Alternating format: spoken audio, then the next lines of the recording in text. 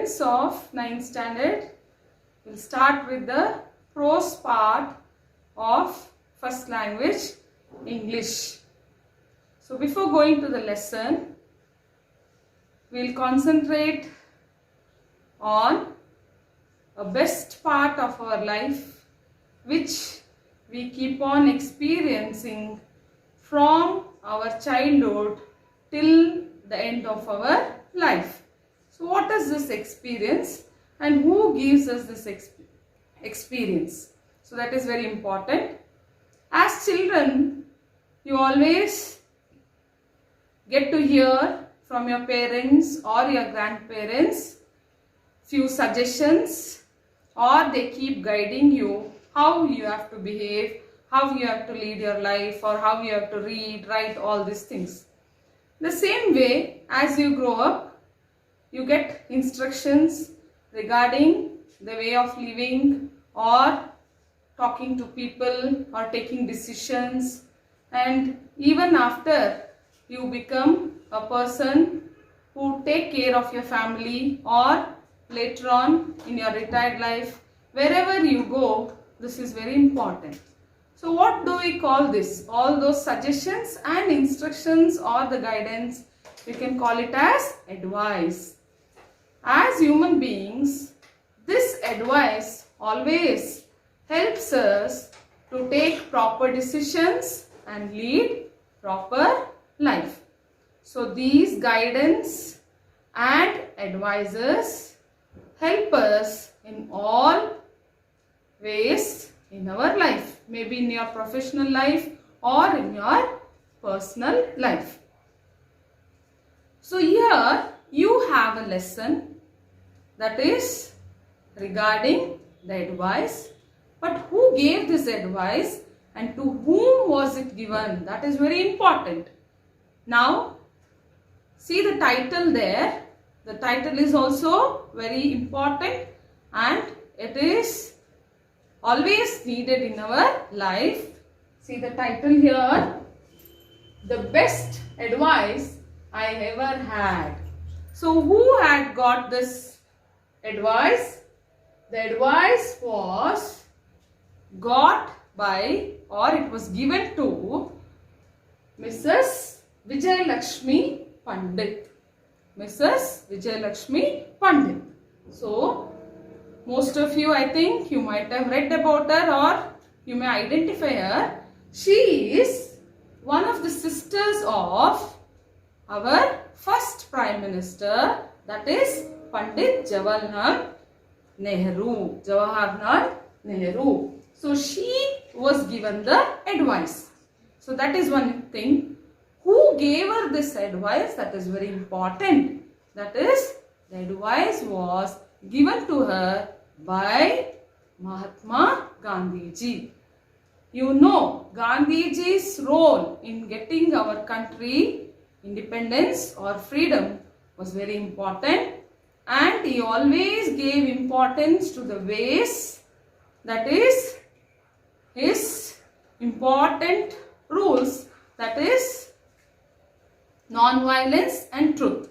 He always kept this as a base and he advised everyone, and thus we were able to get our independence.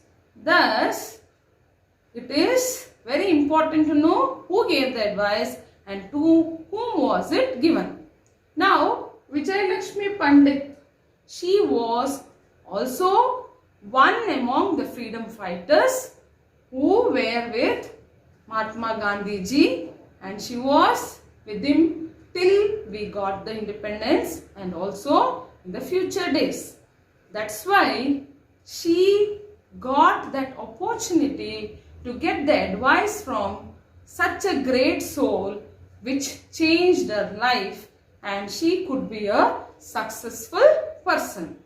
That's why when advices are given to you in your life, you should always take it in a positive way, think about it, and that may change your life. Okay.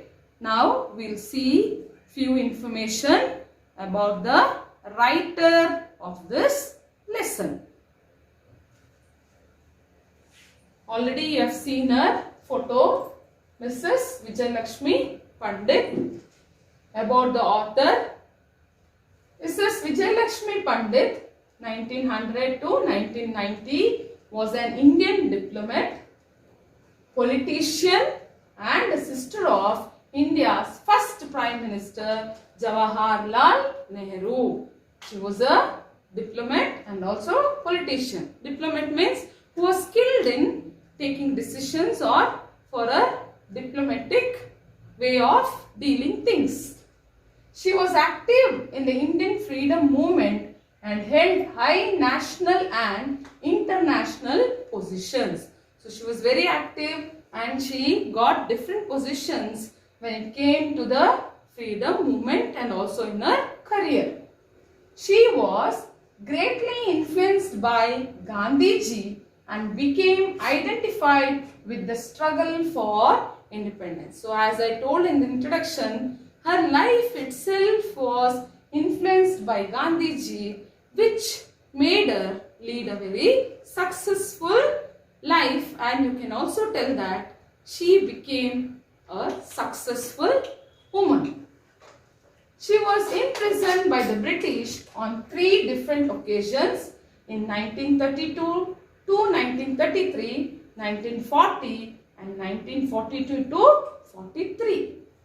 After her husband's death in 1944, she travelled in the United States from the late 1944 to early 1946. Actually, this was a period which was really influenced by the advice of Gandhiji, or before that period, before she travelled to United States, even that time she had a great influence of his advice.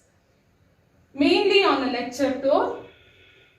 After India's independence, she entered the diplomatic service and became India's ambassador to the Soviet Union, the United States, Mexico, Ireland, during which time she was also the Indian High Commissioner to the United Kingdom. So this is also one more situation or a part of her life wherein she got lots of guidance only by the advice given by Gandhiji and also Spain.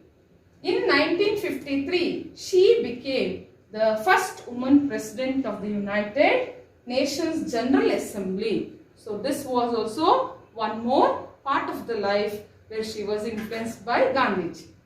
Mrs. Vijayalakshmi Pandit died on December 1st, 1990. President Ramaswamy Venkatraman described Mrs. Gandhi Pandit as a luminous strand in the tapestry of India's freedom struggle. This is very important one. He called her as a bright shining light, the luminous strand. A bright shining light which reflected to take many decisions in a very difficult situation. That is the tapestry of India's freedom struggle. So that it was a situation wherein it was very drastic one and there were so many decisions to be taken, and that time she was like a very bright shining light among everyone. Distinctive in her elegance, courage and dedication. She was something different, very elegant, very courageous and also very dedicated in her work. Mrs. Pandit was an asset to the national movement. So you can see the woman of that time who contributed so much when it came to the independence of our country. Now let us concentrate on the lesson, concentrate on the reading and also the words and the explanation of the lines. The best advice I ever had came from one of the greatest souls the world has ever known, Mahatma Gandhi, on a sunny afternoon a decade ago.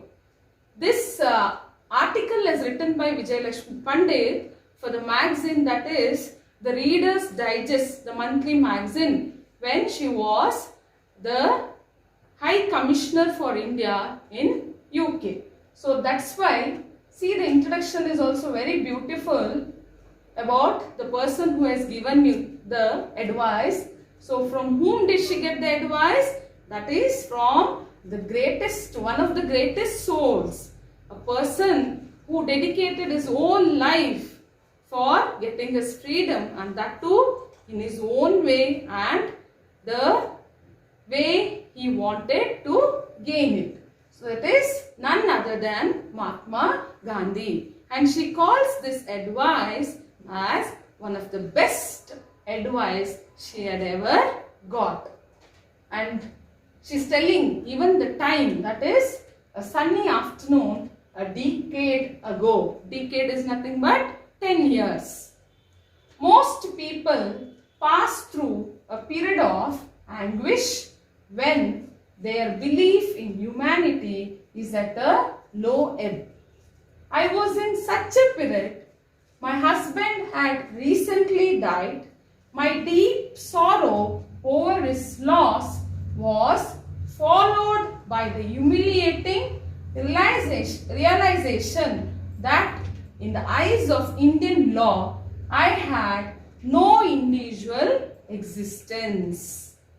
Along with other Indian women, I had participated for years with men in the national struggle for freedom, working and suffering side by side with them until it had finally been achieved. Yet in law, we women were still recognized only through our relationship to men. One more important part of our life or our experience which really made her very upset. She was in a situation where almost she had lost hope about her life. So that is one important situation here. That is, she was in a anguish period or period of anguish.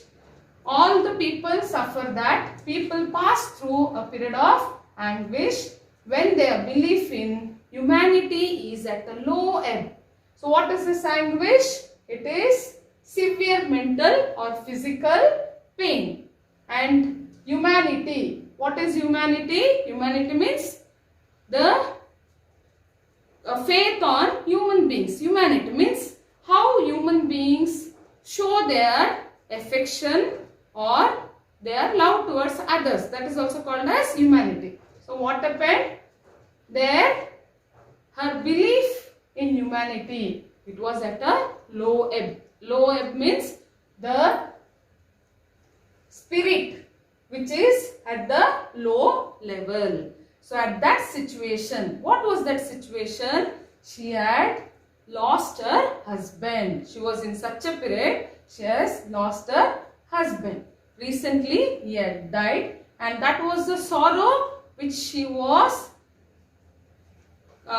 suffering, and with that she had to suffer one more situation, that is humiliating realization that in the eyes of Indian law, I had no individual existence. Now, the death of her husband made her think all these things. Some of the Indian laws had made her feel that she has lost her individual existence. So, what is the existence means?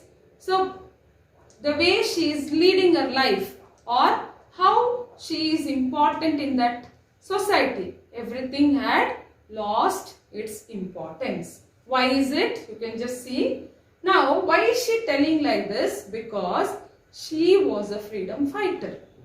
She had her own individual recognition and she was very important in that situation. But even then, she had to suffer the consequences of the death of her husband. She had participated for years with men in the national struggle for freedom.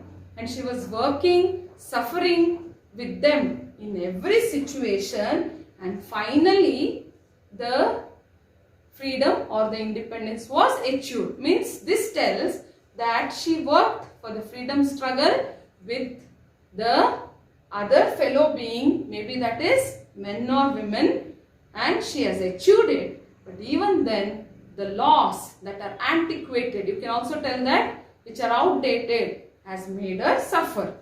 Finally, being achieved, yet in law, we women were still recognized only through our relationship to men. So our self-existence is not recognized, or our self-achievement is not recognized, but we are always recognized through our relationship to men. That is here her husband. Okay children, I think you have followed the introduction and the 2 paragraphs. Let us start with the 3rd paragraph in the next part of the lesson. Thank you.